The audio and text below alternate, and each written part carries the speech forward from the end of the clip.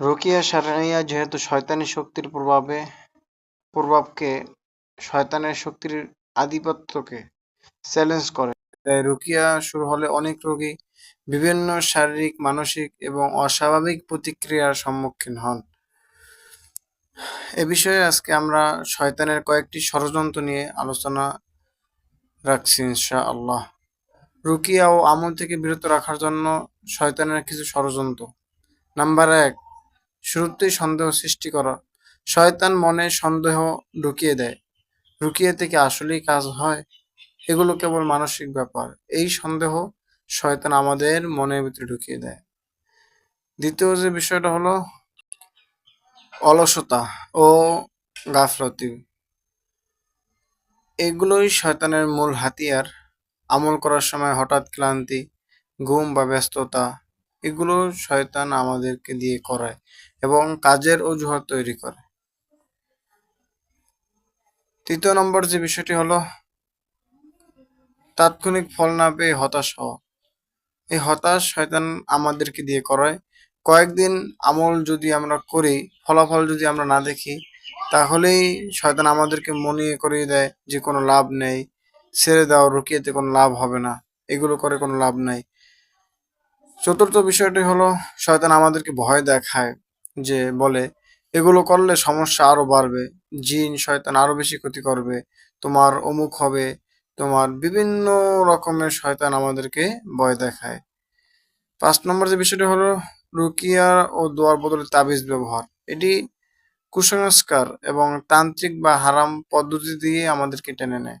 এটি আমাদেরকে বিভিন্ন সময় দেখা যায় বিভিন্ন জিন হুজুর, বিভিন্ন কবিরাজ, ওজা এই আমাদেরকে তাবিজ দেয়। আর এই তাবিজ দেওয়ার কারণে আমরা দেখি যেন খুব অল্প সময়ের ভিতরেই আমরা একটা উপকার পেয়ে থাকি।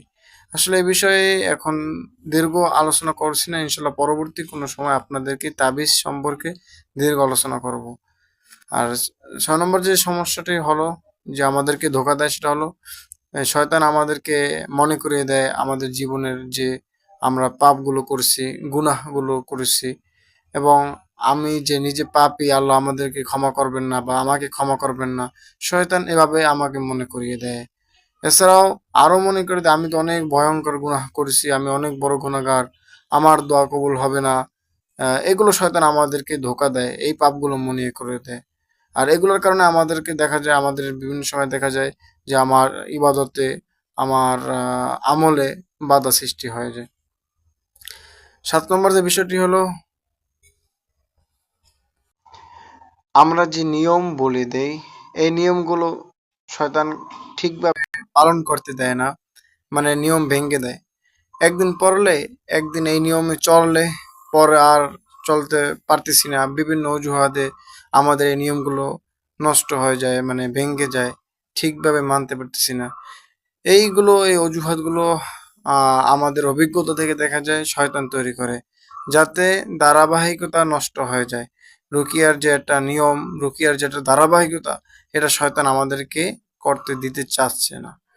৮ নম্বর যে বিষয়টি হলো মানুষের কথা দিয়ে আহ, নিরুৎসাহিত করা, অন্যের মুখে শোনায় এসব কিছু, এগুলো বাড়াবাড়ি, মানে বিভিন্ন রকমের কথা আমাদেরকে বলে বা মনে করিয়ে দেয়। যা তাহলে দেখা যায় আমরা এই রুকিয়ার মানে প্রতি উৎসাহিত হচ্ছি না। দিন দিন রুকিয়া থেকে মন অন্যদিকে চলে যাচ্ছে, বিভিন্ন তান্ত্রিক কবিরাজদের দিকে। এগুলো শয়তানের খুবই ভয়ঙ্কর ষড়যন্ত্র। আর এগুলো থেকে আমাদেরকে বেঁচে থাকতে হবে। আমরা সঠিক গাইডলাইন বা সঠিক মানুষের কাছে যাই না বলেই আমাদের এই শয়তানের ষড়যন্ত্র বা সঠিকভাবে আপনাদেরকে, যে ব্যক্তি আপনাদেরকে চিকিৎসা দিয়ে থাকেন তিনি আপনাদেরকে সঠিকভাবে গাইড দেন না, বা আপনারা সঠিকভাবে তার থেকে গাইডলাইন নেন না। এই কারণেই অনেক সময় দেখা যায় শয়তানের ষড়যন্ত্র থেকে মানে বাঁচা আমাদের জন্য খুব কষ্টকর হয়ে যায়, আমরা বাঁচতে পারি না। এখন আমরা আপনাদেরকে বলে দিচ্ছি যে শয়তানের ষড়যন্ত্র থেকে বাঁচার কিছু পদ্ধতি বা খুবই গুরুত্বপূর্ণ কিছু আমল।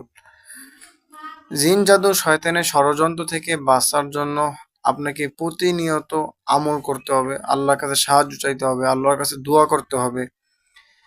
আর প্রতিদিন গড়ে সূরা বাকারা আপনাকে নিজের তিলাওয়াত করতে হবে। এটা অবশ্যই আপনি কোরআন তিলাওয়াত করবেন, এবং যদি আপনার তেলাওয়াত করার মতো সময় না থাকে, ব্যস্ত থাকে, তাহলে অবশ্যই অডিও প্লে করে শুনবেন, বা আপনার স্পিকার থেকে ঘরে থাকলে ঘরের ভিতরে সূরা বাকারা জোরে আওয়াজ দিয়ে চালিয়ে নেবেন।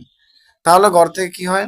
ঘর থেকে যে আপনার যে খারাপ প্রভাব, জিন শয়তানের যে একটা প্রভাব থাকে, এই প্রভাবটা ধ্বংস হয় আস্তে আস্তে, এবং এই শয়তানরা পালিয়ে যায়। ঘরের মধ্যে শয়তানের যে অবস্থান আছে, যে তাদের একটা আস্থানা আছে, এগুলো ধ্বংস হয়ে যাবে ইনশাআল্লাহ।